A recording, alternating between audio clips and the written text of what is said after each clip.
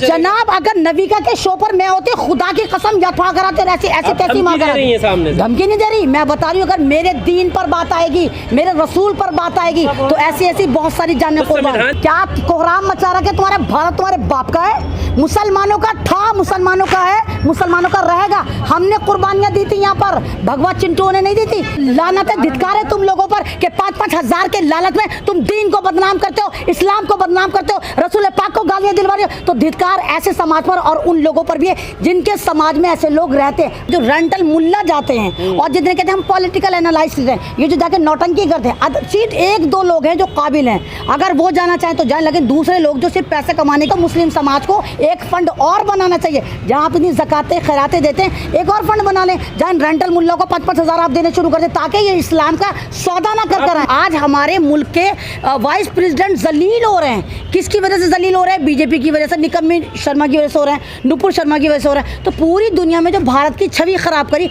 एक जंगली बिल्ली ने करी। आपको लगता है कि मेरी आवाज़ से आपको लगता है कि मैं हाँ हाँ ही हूँ कर रही हूँ, मुझे खुशी है? आपको लग रहा है मैं हंस रही हूँ? हमारे भगवान को गाली दी जा रही थी, हमारे शिवलिंग को गाली दी जा रही, यानी बीजेपी ने उसको बचा लिया। आप पेपर्स की न्यूज़ देखिए, जरा सी हेडिंग लगा रखी है। अगर अभी कोई मुसलमान पकड़ा जाए किसी भी जुर्म में, बड़ी हेडिंग लगा देंगे। लेकिन क्योंकि निकम्मी शर्मा इनकी औरत है, मुसलमानों का तो कोई भी लीडर नहीं, तभी तो मुसलमान बर्बाद है, क्योंकि मुसलमानों का कोई धर्म गुरु ही नहीं है, मुसलमानों का कोई पॉलिटिकल लीडर ही नहीं है। मौलाना महमूद मदनी साहब का भी स्टेटमेंट आता है और वो कहते हैं कि भारतीय जनता पार्टी ने जिम्मेदारी निभाई है ऐसा करके, मतलब उनके इस फैसले का समर्थन करते हैं। नहीं, वो तो कहेंगे। आप देखिए मदनी ग्रुप हमेशा कटहरे में खड़ा रहा है, हमेशा। आप देखिए अगर आपको याद हो, सुरेश चाणक्य के चैनल पे जाके बैठ गए थे ये लोग, और जबकि उसी के चैनल पे FIR कर रहे थे, सुदर्शन चैनल पर। तो ये लोग तो सरकार की चाटुकारिता करते रहते हैं क्योंकि इनकी दुकान ही सरकार से चल रही है। इनका तो हमेशा RSS के साथ, BJP के साथ लिंक रहा है।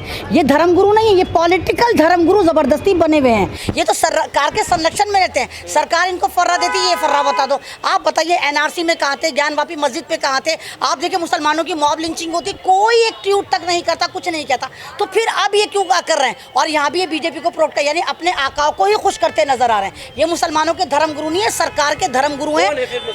मुसलमानों का तो कोई भी लीडर नहीं, तभी तो मुसलमान बर्बाद है, क्योंकि मुसलमानों का कोई धर्मगुरु ही नहीं है, मुसलमानों का कोई पॉलिटिकल लीडर ही नहीं है। छोटी मस्जिद के इमाम है बेचारे, वो कोशिश करते हैं। जैसे आप देखिए पंजाब के शाही इमाम है, वो पूरी कोशिश करते हैं, वो खुलकर बोलते हैं, वो तमाम उन लोगों को भी लताड़ते हैं जो पॉलिटिकल धर्मगुरु होने के बाद एडवांटेज ले रहे हैं। तो उन लोगों की कोई पूछ नहीं होती, सरकार उनको पूछती नहीं है।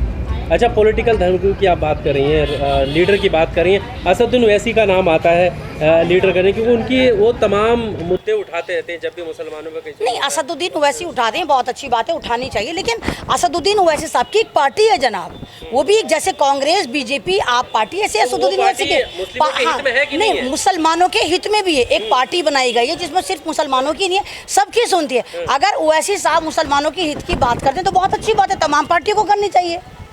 लेकिन वो धर्मगुरु नहीं है, वो तो बैरिस्टर असदुद्दीन ओवैसी है। पॉलिटिकल लीडर की बात करें। हाँ, पॉलिटिकल लीडर है, वो मुसलमानों के मतलब एक पार्टी बनाकर कर रहा है। अगर वो मानती है हम एक हैं और मुसलमानों को सोचना चाहिए, ऐसी पार्टियां बनानी चाहिए। बेशक उन पे B team, C team, D team का लगता है, लेकिन हमेशा याद रखना, अपना अगर मारता है तो 6 में ले जाकर मारता है। ये भी याद रखना। अगर तुम्हें लगता है B टीम है, उसके बावजूद भी तुम्हें ये सोचना चाहिए अगर अपना तुम्हें मारेगा तो तुम्हें 6 में ले जाके मारेगा, धूप में नहीं मारेगा। मुद्दे उठाते हैं मुस्लिमों के ऊपर, कहीं लिंचिंग होती है तो वैसी पोस्ट करते हैं, कहीं भी कोई घटना होती है तो सबसे पहले ओवैसी पोस्ट करते हैं। इस मामले को लेकर भी ओवैसी ने प्रेस कॉन्फ्रेंस भी की और बताया कि हम लोग जब प्रोटेस्ट कर रहे थे तो कार्रवाई नहीं हुई, लेकिन अरब देशों ने करा तो कार्रवाई हो गई। यानी हमारी बात में दम नहीं है, प्रधानमंत्री हमारे हैं या अरब देशों के हैं, ये उन्होंने सवाल किया। तो आपको लगता है कि या वो पॉलिटिक्स करते हैं या वाकई वो मुस्लिमों के जो अहम मुद्दे हैं वो जनता के सामने लाते हैं? नहीं, पॉलिटिक्स तो हर एक कोई करेगा, कोई पार्टी बना कर आएगा। हमेशा कोई ना कोई, तमाम पॉलिटिकल पार्टी मुद्दों की खोज में रहती है।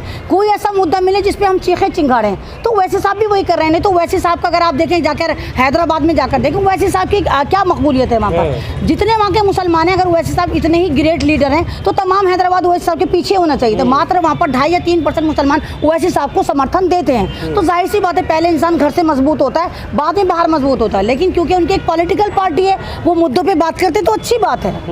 अच्छा, अभी क्या लगता है, क्योंकि अभी भी माहौल काफ़ी गर्म है और ऐसा नहीं है कि कार्रवाई नुपुर शर्मा पर जो मांग है कार्रवाई की वो खत्म हो गई हो। अभी भी लोग लिख रहे हैं, लोग बोल रहे हैं कि कार्रवाई होनी चाहिए, लेकिन हुई नहीं है। उम्मीद है आगे? हाँ, निकम्मी शर्मा पे कार्रवाई होनी चाहिए और होगी। और सऊदी अरब को आपको क्या लगता है कि प्रोडक्ट का बाइकआउट नहीं करेगा?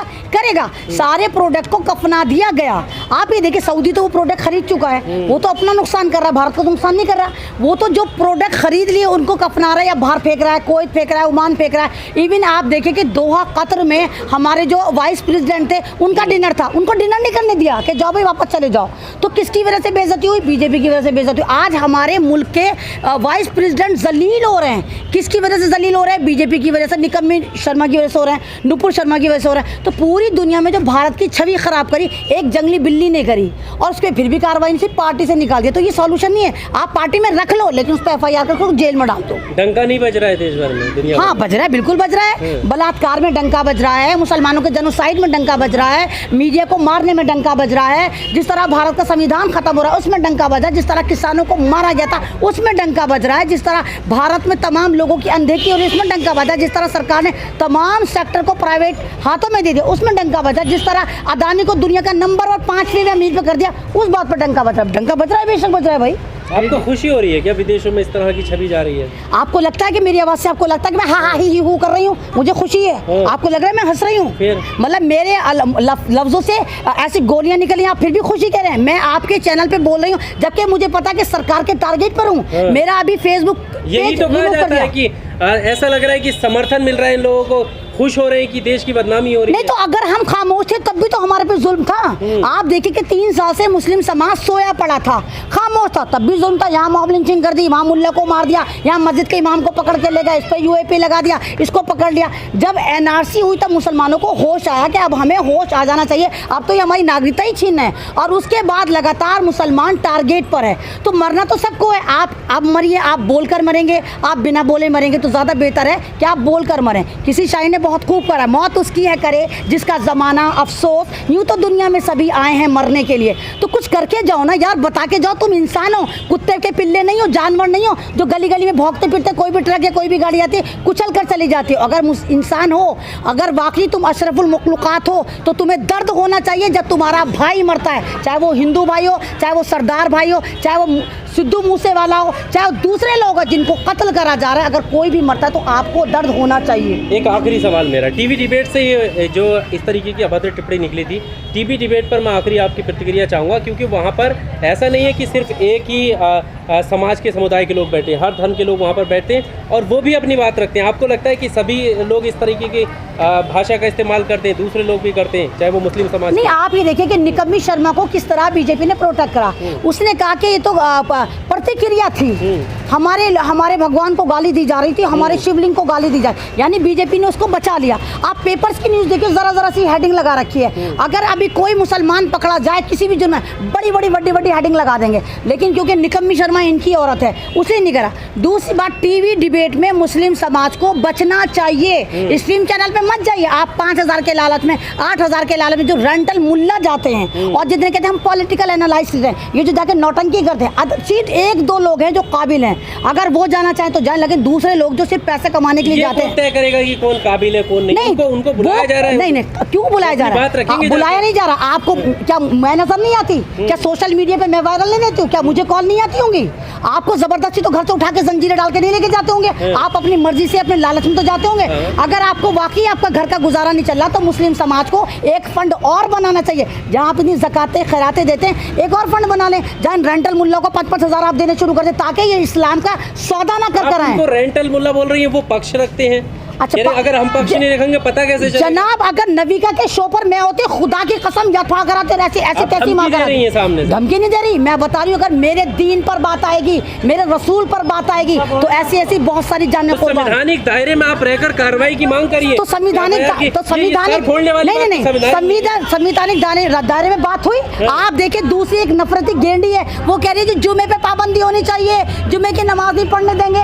क्या कोहराम मचा रखे तुम्हारे भारत, तुम्हारे बाप का है, मुसलमानों का था, मुसलमानों का है, मुसलमानों का रहेगा। हमने कुर्बानियां दी थी यहाँ पर, भगवत चिंटू ने नहीं दी थी। नुपुर शर्मा ने माफ़ी नहीं मांगी, उसने कहा हाँ मुझसे गलती हुई, माफ़ी नहीं है, उसको माफ़ी मांगनी चाहिए। उसने कहा हाँ अगर किसी की आहत हुई, जो शब्द वापस लेती नहीं नहीं ये माफ़ी नहीं है सर, ये माफ़ी नहीं है, ये बयान को तोड़ मरोड़ कर पेश करा गया है। अगर वाकई वो औरत गलती पर होती तो अपनी गलती मानती, फौरन गलती मान लेती, मुझसे गलती हुई। तो वो लोग कसूरवार हैं जो आराम से बैठे हुए हैं कि जी नुपुर शर्मा और गालियां दे दे और आराम से बैठे हुए। अरे इवन अपना माइक की फेंक के मार देते, उठकर चले आते। तो लानत है, धिक्कार है तुम लोगों पर कि 5-5 हज़ार के लालच में तुम दीन को बदनाम करते हो, इस्लाम को बदनाम करते हो, रसूल पाक को गालियां दिलवा रहे हो। तो धिक्कार ऐसे समाज पर और उन लोगों पर भी है जिनके समाज में ऐसे लोग रहते हैं। बहिष्कार करें, निकालें महल्ले से, इनके घरों में जाके प्रोटेस्ट करें कि तुम्हारे घर में अगर रोटी नहीं तो मुसलमान देगा। आज भी अल्लाह का शुक्र मुसलमानों के पास इतना पैसा है कि वो तुम्हारे घर की रोटी रोजी चला सकता है। लेकिन बंद करो ये ड्रामा,